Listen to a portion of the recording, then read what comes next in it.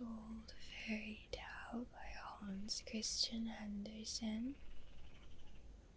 It's not one of the most well-known ones, but in my opinion, I'm a little obsessed with how creepy it is.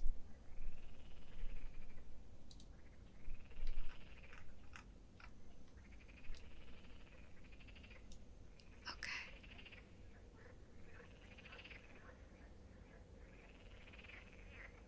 I'm about to begin.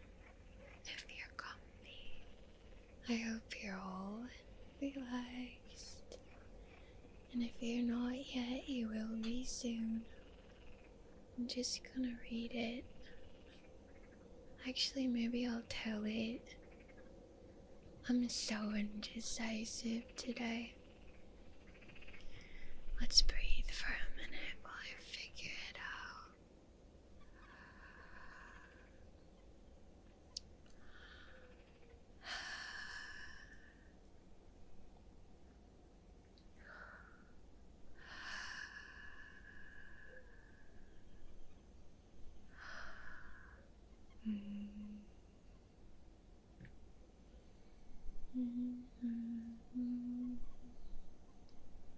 You can shut your eyes. I hope you're listening to this before bed, or someplace where you can close your eyes and just imagine the things I'm about to tell you happening and how wonderfully spooky and symbolic they are.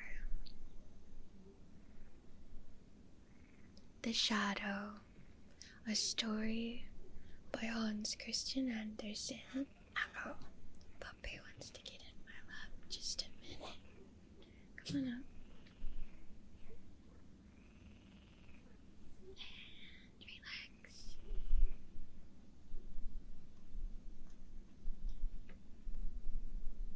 Okay. A very long time ago, there was a man who was extremely smart and good at writing stories. And he lived in a cold climate, and he knew all the stories of that land. And he decided he wanted to experience something new. So he traveled across the world to a land where it was hot all the time and the sun was always beating down. During the day in this very hot land, the man decided that he had to stay indoors because even his shadow was getting cooked by the light that shined down from the heavens.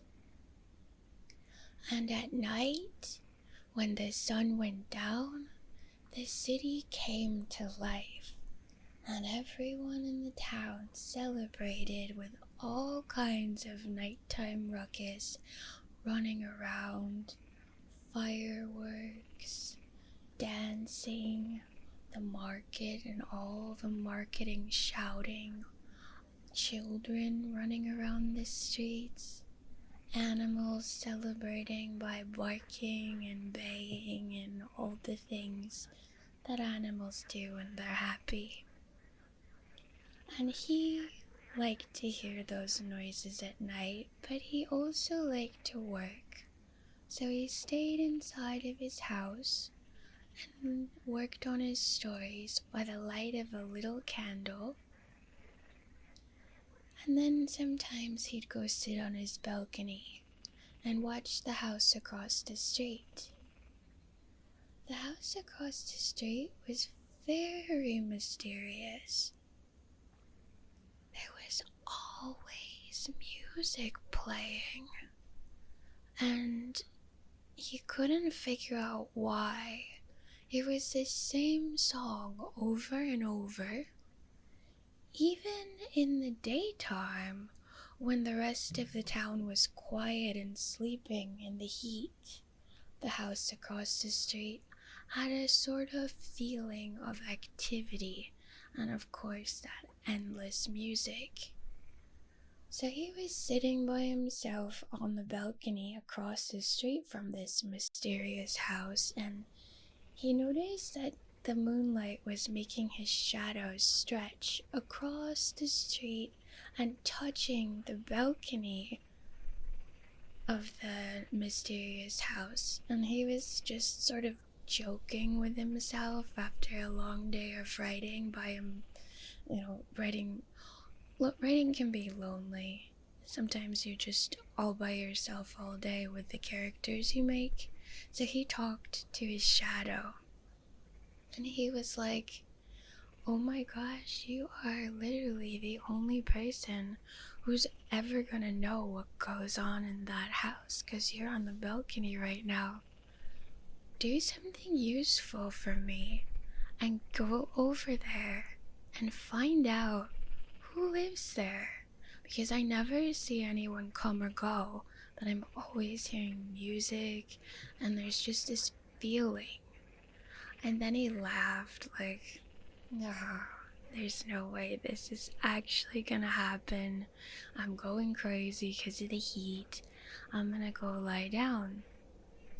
So he goes to sleep, and his shadow, instead of following him to bed, extends across the road and slips onto that balcony, so that the instant he shuts the door to the bedroom behind him, the shadow has slunk into the house, and the man falls asleep completely unaware. The next morning he wakes up and he goes outside briefly for a chore and realizes that he has no shadow. He's like, "What the heck? Well, this is annoying. I guess I'll have to get another shadow somewhere or something because my old shadow is gone." And he looks up at the mysterious house and he sort of wonders, is my shadow over there? Is he finding out what's going on in that interesting house? But life goes on.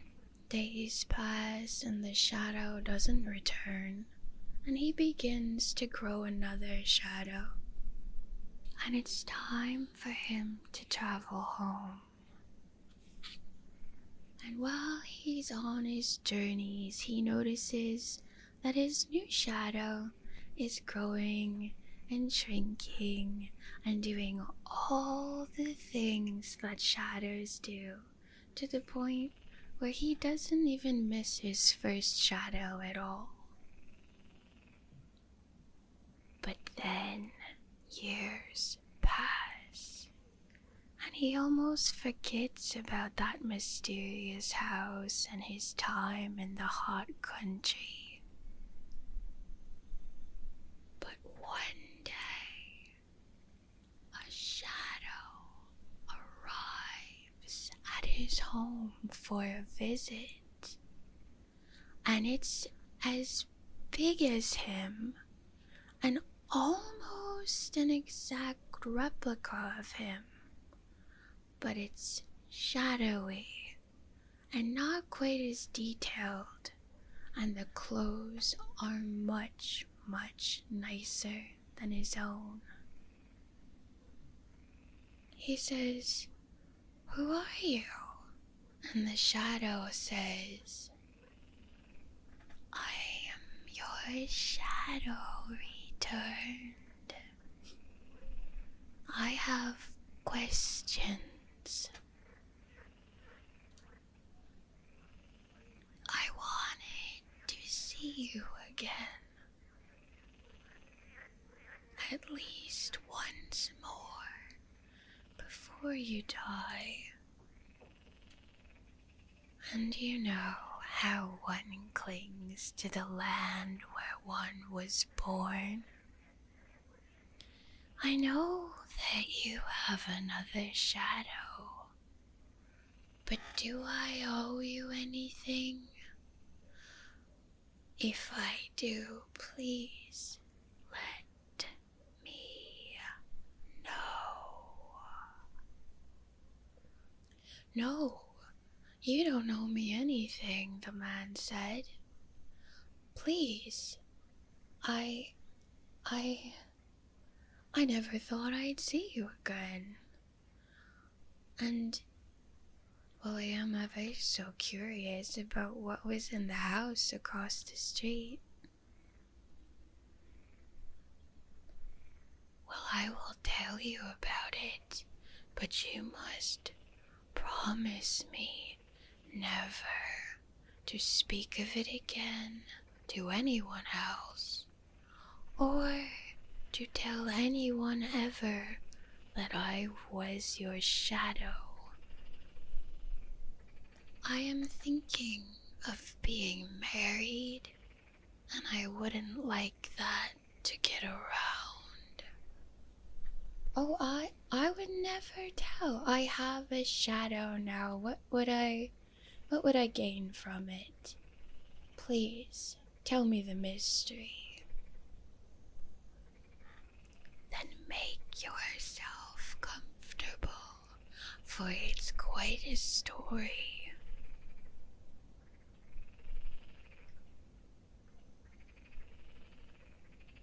He looked so remarkably human, even for all his thinness or the fact that he kind of lacked details, that the man found himself sitting there listening to this story with rapt attention, just admiring his former shadow, proud of him for making his way up in the world. And really excited to find out the answer to the mystery. What did you see? I saw everything. But it's really nothing to be proud of.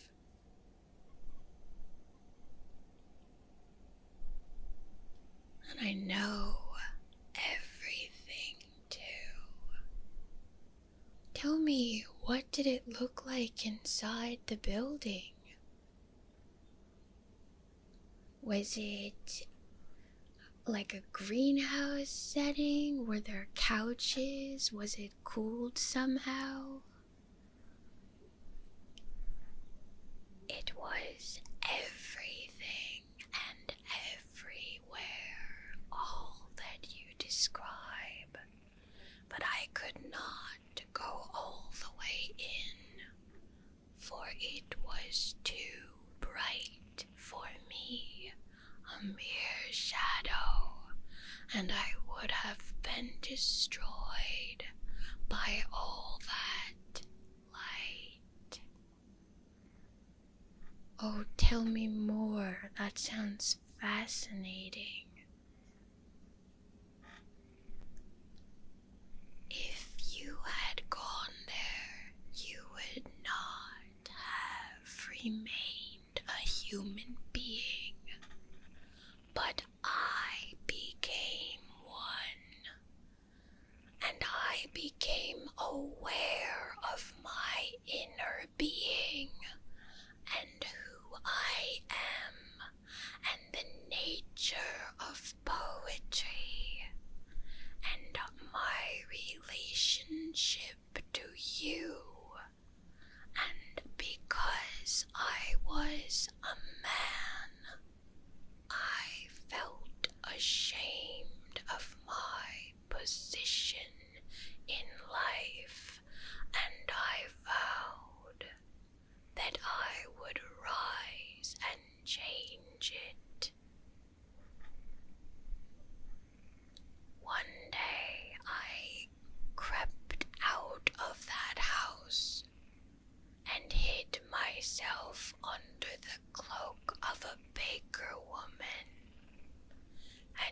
did not know that she concealed me.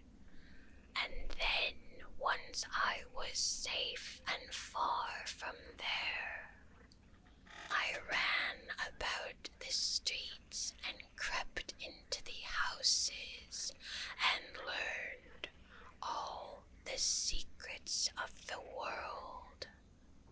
I saw what no one else can see, what no one else should see. I saw miserable things going on between husbands and wives, parents and children. I have seen what no one else has the power of knowing, and knew that everyone should like to know. And I used this power to gain what I needed to be a proper man. They were so afraid of me, and yet they bestowed great treasures upon me. But I must go, for I live on the sunny side of the street now, and await always nicer weather. And with that, the shadow left the house, leaving the man speechless and unsure of how to feel. Years passed yet again, and he heard nothing and saw nothing of his shadow. He didn't speak of any of it because of the vow he had taken.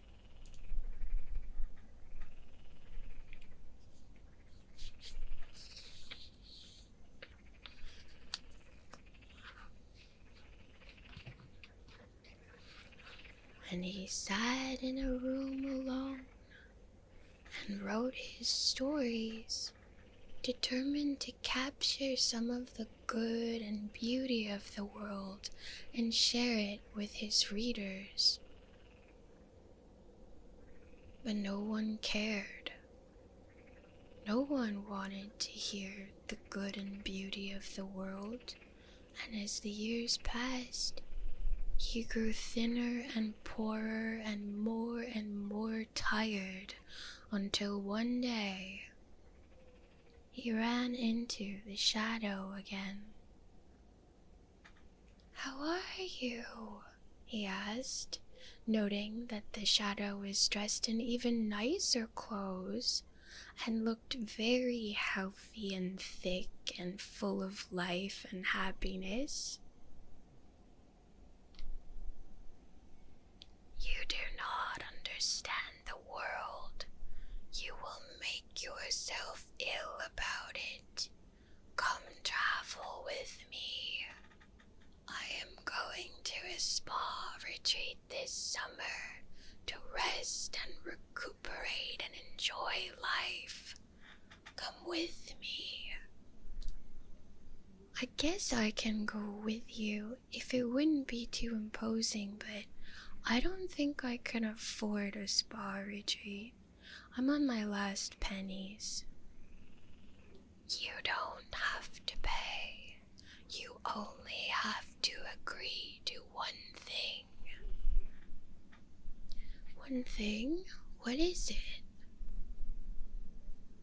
And the man felt very tired and very sad and hungry and longed for comfort and healing. And the shadow knew this and said, "You must agree to become my shadow and walk behind me and stand in all the places that a shadow would walk and stand." And the man, even though his stomach kind of felt nervous at the idea, was desperate enough to agree. They went to the spa, and he got healthier, and he enjoyed the company of the shadow, and his own little shadow as well. But there was a princess there, and she was at the spa because she had a tendency to notice way too much, and it made the other royal family members uncomfortable. So she was there to learn to be less observant and more relaxed. But so far, it was not working. "Why do you have two shadows?" she asked of the shadow and the man. "I have paid for my shadow to have a shadow so that he can feel important." And she believed him because the man nodded as well. And the shadow became fascinated with this woman, whom he had spied on a little beforehand, and he determined that he would marry her. And so he began to woo her by telling her all the things he already knew she wanted to hear and know, because he had already stalked her. And she decided that she really liked him, even though something was a little off. So she agreed that she would get engaged and married to him if he could pass a few tests. And of course, he knew the answers to every question about poetry and the material world and all the wonders and delights of being human that had to do with wealth and prestige and power. But he didn't know anything about morality and goodness and true love and the power of the heart and the feeling of family. So he deferred all those questions to his man pretending to be the shadow. And the man, who was getting healthier by the day, agreed that he would answer the questions of the princess, and he answered them so cleverly that she at once fell in love with both of them.